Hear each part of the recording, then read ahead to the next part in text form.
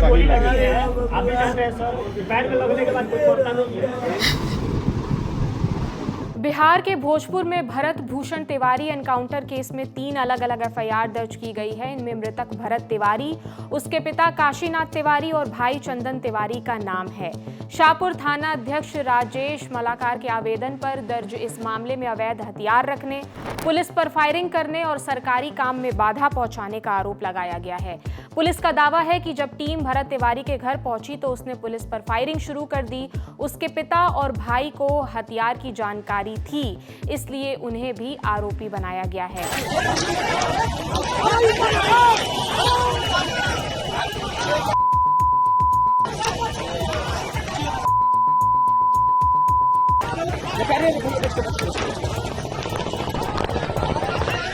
Encounter के विरोध में सड़क जाम करने वाले लोगों पर भी मामला दर्ज किया गया है। इस मामले में बेलौटी पंचायत के मुखिया बलीराम यादव समेत 14 लोग नामजद हैं। 50 से ज्यादा अज्ञात लोगों को भी आरोपी बनाया गया है। पुलिस ने इन पर सड़क जाम, सरकारी काम में बाधा, धक्का मुक्की और पथराव के आरोप लगाए हैं। भरत भूषण तिवारी की मां आशा देवी ने भी पुलिस वालों पर केस दर्ज कराने के लिए आवेदन दिया है। परिवार वालों का आरोप है कि ये एक फेक एनकाउंटर है। सुनिए उनका बयान। सरकार धोखा दे देलस आ थाना धोखा दे बा। थाना बहुत पैसा लेता, घूस खाता, घूस देते रहे। हमार लड़का एको पैसा के लालच ना हो, 1 रुपया के लालच ना करे, धोखा से मरले बड़े से। मेरे घर बोल रहे हैं पुलिस वाला कि सबको मारेंगे, घर वालों को। ये कहाँ का इंसाफ है? हमको इंसाफ चाहिए, सरकार हमको इंसाफ दे। बोलता है ये करेंगे वो करेंगे, निर्दोष आदमी को मार दिया, इनकाउंटर कर दिया, गुंडा लोग रोड पे घूम रहा है। कहाँ है सरकार? सम्राट चौधरी कहाँ है? सम्राट चौधरी बना है ना सरकार सीएम, अपना औकात भूल गया है। सम्राट चौधरी कहाँ इसका औकात है? गुंडा लोग रोड पे घूम रहा है, निर्दोष आदमी को मारा है, सम्राट चौधरी का आदेश से मारा है।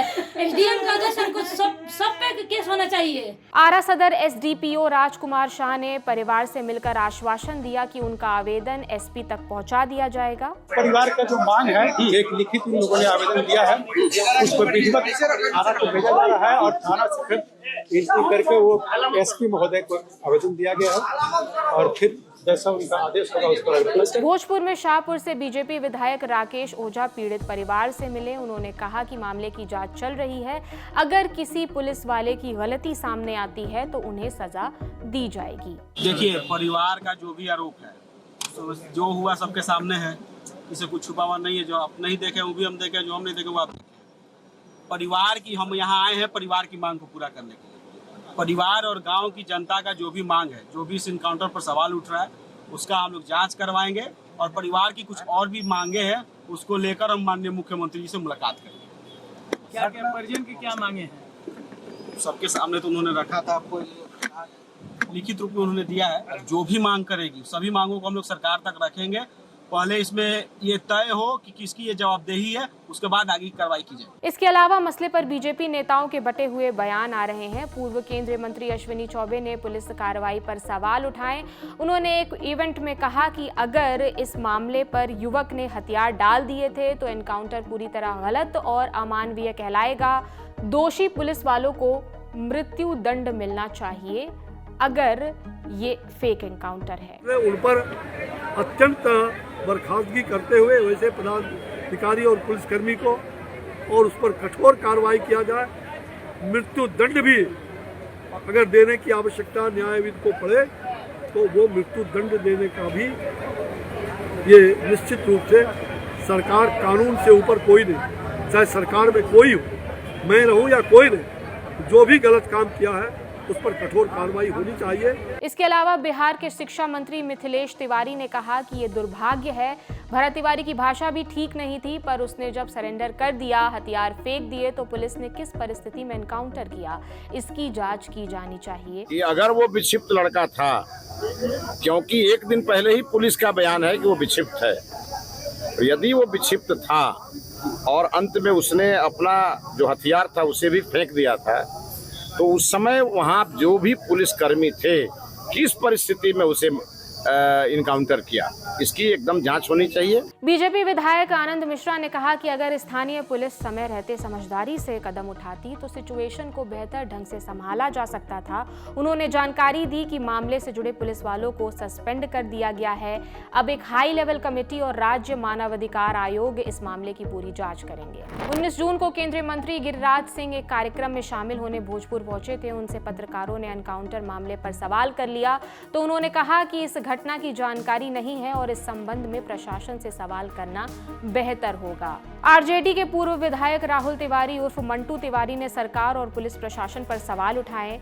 मामले की सीबीआई जांच कराने की मांग की है। उन्होंने कहा कि एनकाउंटर फैशन बन गया है। यूपी से ये बीमारी बिहार आ चुकी है। इसको इनकाउंटर आप लोग नहीं कहिए। पुलिस ने हत्या की है। एक मानसिक बीमार व्यक्ति को पकड़ के हत्या की है और वीडियो में आप साफ दिख रहे हैं जिस तरह से वो डिमांड कर रहा था, क्रांतिकारी बात कर रहा था, वो नॉर्मल आदमी की बात नहीं है। और पुलिस अधीक्षक और मुख्यमंत्री यहाँ के भी बिहार प्रदेश के वो अपने पब्लिक मीटिंग में भाषण दिए हैं कि मानसिक रूप से बीमार था। लेकिन इनकाउंटर का ऐसा फैशन राजनेता लोग बना दिए हैं, उत्तर प्रदेश से बीमारी अब बिहार में आ गई है कि लोग अब काउंटर करने के लिए पुलिस जो है अपने आप से बढ़ने के लिए कि हमको अब हथियार दिखा दिया, उसको ये मतलब ही नहीं है कि वो आदमी अपराधी है कि नहीं है, मानसिक रोगी है कि नहीं है, उसको वाहवाही लूटने के लिए हत्या कर दी गई। ये देखिए यहाँ पे ये सब आया है बुलेट प्रूफ जैकेट पहन के और इतना सारा मिल के गोली चलाएगा रे। आओ आओ आओ,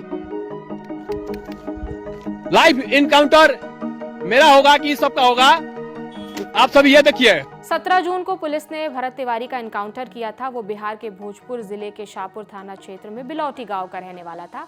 इलाज के दौरान भरत की मौत हो गई। पुलिस ने दावा किया कि उनकी टीम ने खुद की और लोगों की सुरक्षा के लिए गोली चलाई थी। ये गोली इसलिए चलाई गई ताकि पुलिस अपनी आत्मरक्षा कर सके, ऐसा पुलिस का दावा है। गोली लगने से पहले भरत ने अपने फेसबुक अकाउंट से लाइव वीडियो दिखाया था कि भरत ने सरेंडर कर दिया है और बंदूक पुलिस की ओर फेंक दी है। फिर तुरंत इसी पॉइंट पर वीडियो बंद हो गया। ऐसे में पुलिस पर सवाल उठ रहे हैं कि जब भरत के हाथ में हथियार था ही नहीं तो पुलिस ने फायरिंग क्यों की। दैनिक भास्कर की रिपोर्ट में पुलिस के हवाले से यह भी बताया गया है कि भरत ने पिस्टल फेंकने के बाद दोबारा उसे उठाने की कोशिश की थी और तभी पुलिस ने आत्मरक्षा में फायरिंग की थी। इस पूरे मामले में बिहार के मुख्यमंत्री सम्राट चौधरी के बयान और पुलिस के दावों में अंतर देखने को मिल रहा है। मुख्यमंत्री सम्राट चौधरी ने 17 जून को एक कार्यक्रम में कहा कि मानसिक रूप से बीमार भरत भूषण तिवारी को गिरफ्तार कर लिया गया है और उन्हें इलाज के लिए मानसिक अस्पताल भेजा जाएगा। अब कल एक मैंने देखा वीडियो, मैं अभी सवेरे से चिंतित था कि मेरे ही पुलिस वाले को कोई हथियार दिखा रहा है और पुलिस कार्रवाई नहीं कर रहा है।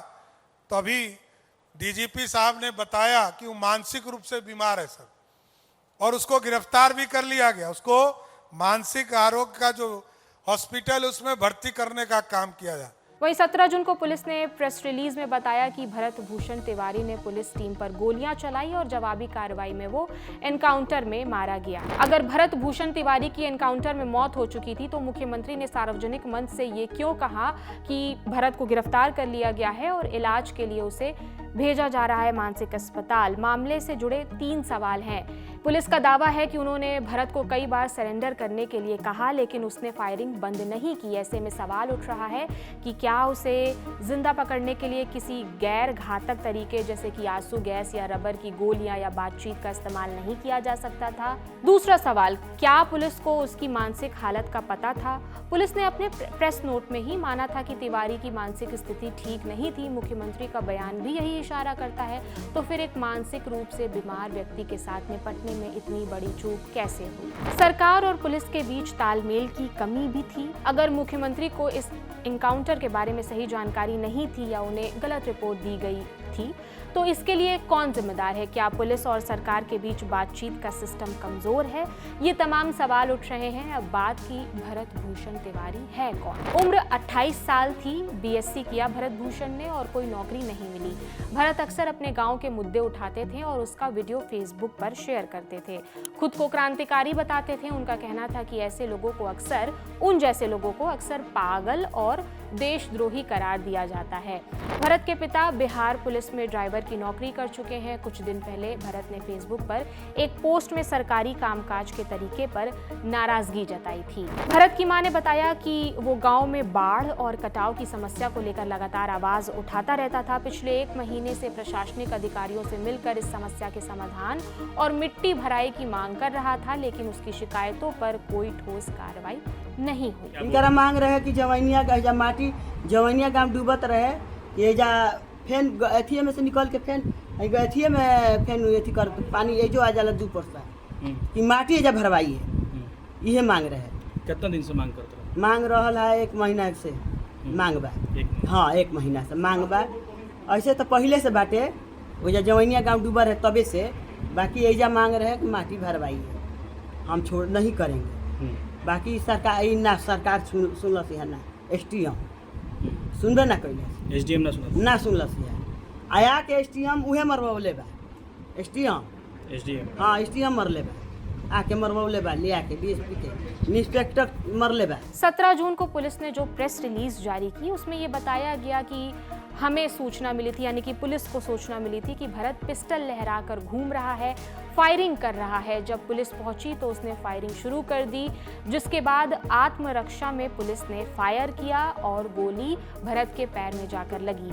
इलाज के दौरान उसकी मृत्यु हो गई। भरत के पास से एक पिस्टल, 2 जिंदा कारतूस और एक मैगजीन बरामद हुई है। ऐसा प्रेस रिलीज में पुलिस ने जो प्रेस रिलीज जारी की है उसमें ये सारी बातें लिखी गई हैं। इससे पहले पुलिस भरत के घर पहुंची थी, तब भी एक वीडियो सामने आया था जिसमें पुलिस भरत को समझाने बुझाने की कोशिश कर रही है और भरत ने पिस्टल तान दी पुलिस के सामने और तब उनकी मां सामने आती है, उन्हें रोकने की कोशिश करती है। ये वीडियो सामने आया था। फिलहाल इस पूरे मामले में जांच चल रही है और जो भी अपडेट्स आएंगे हम आप तक पहुंचाते रहेंगे। अगर आपकी भी कोई राय है तो हमें कमेंट सेक्शन में ज़रूर बताएं। मेरा नाम प्रगति है। देश और दुनिया की तमाम खबरों से जुड़े रहने के लिए देखते रहिए दी लल्लन टॉप। शुक्रिया।